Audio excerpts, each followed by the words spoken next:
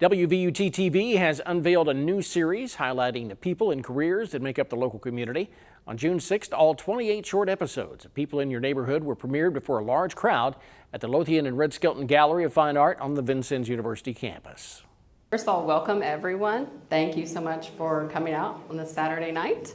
I have several people I want to thank for their help on this project. Ann Pratt was not only one of the first people to volunteer to be a neighbor, but she also helped me coordinate this whole event here in this beautiful art gallery. So thank you, Ann.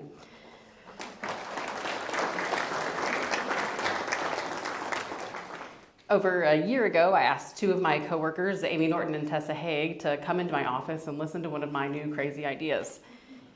Amy Norton created the opening of the show from scratch. The image back there, that's not AI. I said, my idea was cartoon Vincennes, and she ran with that. Another coworker, Eli Carey, I asked him to bring his guitar to work and play a song for me to use in the show, and the next day he showed up with his guitar. My other coworkers have done everything. The show is truly made in-house, so everything is here. It's come from our community. It's come from our coworkers. I came in and I said, I think I want to do a head-to-toe green screen shot. We've never done that before. And the next day, Jim, Andy, and Dave were on ladders, attaching a big roll of green stuff to the wall so that I could try out my new idea. And of course, Tessa Haig. If it weren't for her creative editing, this would not have been possible. In my job and in my life, I try to be like Mr. Rogers. And there's a quote that I feel is very fitting. In every neighborhood all across our country, there are good people insisting on a good start for our young and doing something about it. And every single person who agreed to be featured in one of these episodes has decided that they want to do their part.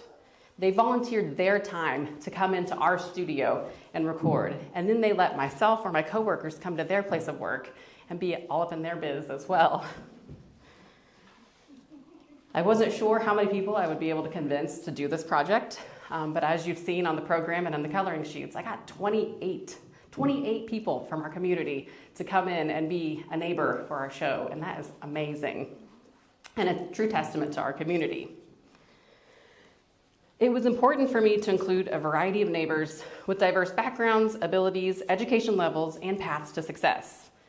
I wanted it to be a true snapshot of our community. I wanted every kid watching to be able to see themselves as an adult in our community. All 28 neighbors are very different people who have one thing in common. They have made this area their home, and they take pride in their community. That allows children to see that there are so many opportunities right here in our community. They don't have to go anywhere else. In each episode, children will learn what the job is, why the person enjoys their job, where they work, what kind of education or training they needed to get the job, and what tools they need in their job. People in your neighborhood can be used for multiple educational purposes. Parents and educators can work their way through careers in alphabetical order, as they're listed on the sheet, or they can be sorted into different categories to supplement classroom instruction, such as careers in healthcare, public service, business, or education. There are also 5 episodes where the neighbors discuss their own disabilities and how they didn't let that stop them from achieving their goals. And I feel like it's important for children to see adults with disabilities in our community and understand that they are really not that different from themselves. Showing children adults with disabilities is vital for normalizing human diversity. It breaks down stigmas, fosters early empathy, and helps build an inclusive community. For youth with disabilities, those role models can provide crucial sense of belonging, showing them that they too can live full, empowered, and independent lives. And then last but certainly not least, kids can simply watch these episodes for fun, or to see their parents, aunts, uncles, and their real neighbors on the screen. These videos are great to show children if they are unsure about new situations, like getting a CT scan, going to the dentist, or getting a haircut. Each episode, including the same information, allows children to easily start comparing and contrasting different careers. But don't worry, every video is unique in its own way. There are 28 children who drew artwork for the episodes, and they are just as diverse as the neighbors. Different ages, abilities, and interests got to be included, encouraging children's creativity while making each episode fun in its own way. And what a better place to showcase the next generation of artists than right here at the Lothian and Red Skelton Gallery of Fine Art. I hope that someday I get invited to some of their future artwork when it's in galleries just like this. Each episode will be available for free on WVUT.org and will exist independently and include coloring sheets and other worksheets. So without further ado, this series was so awesome. It was great. It's like nothing I've ever seen before, and I think it was such a good thing for our community, especially for our kids. And we were excited to have people in it. We had 3 people from KCRC in it, and you know, that's not an opportunity that you get every day, to tell the community what you do and how neat your job is. And we were just thrilled that KCRC got to be part of it. It was awesome. Camden did some of the artwork for one of the people in the neighborhood. He did the optometrist, and so that was really, really cool.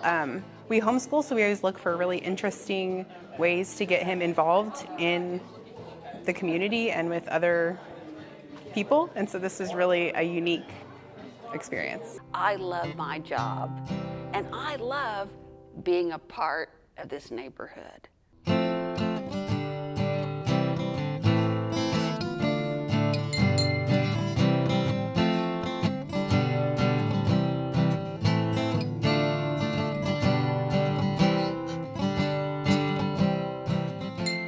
Hi, my name is Leah, and I am a person in your neighborhood.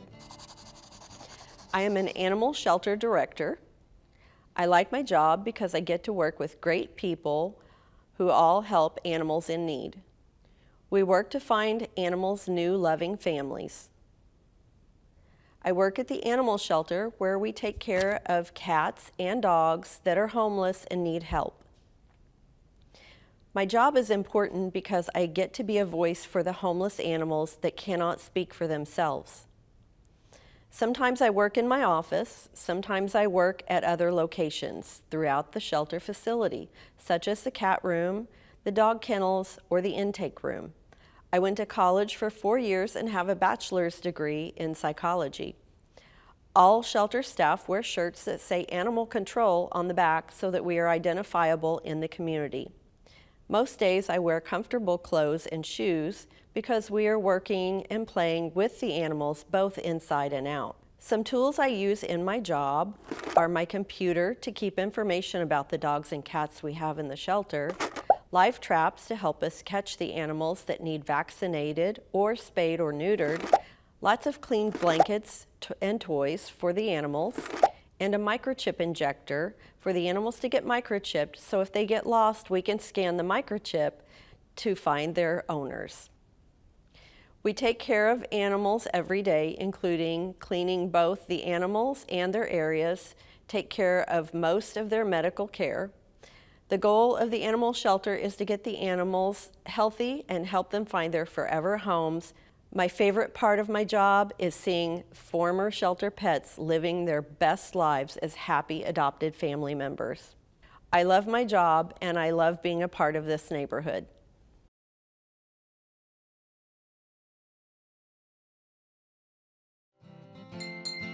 Hi, my name is Joe, and I'm a person in your neighborhood.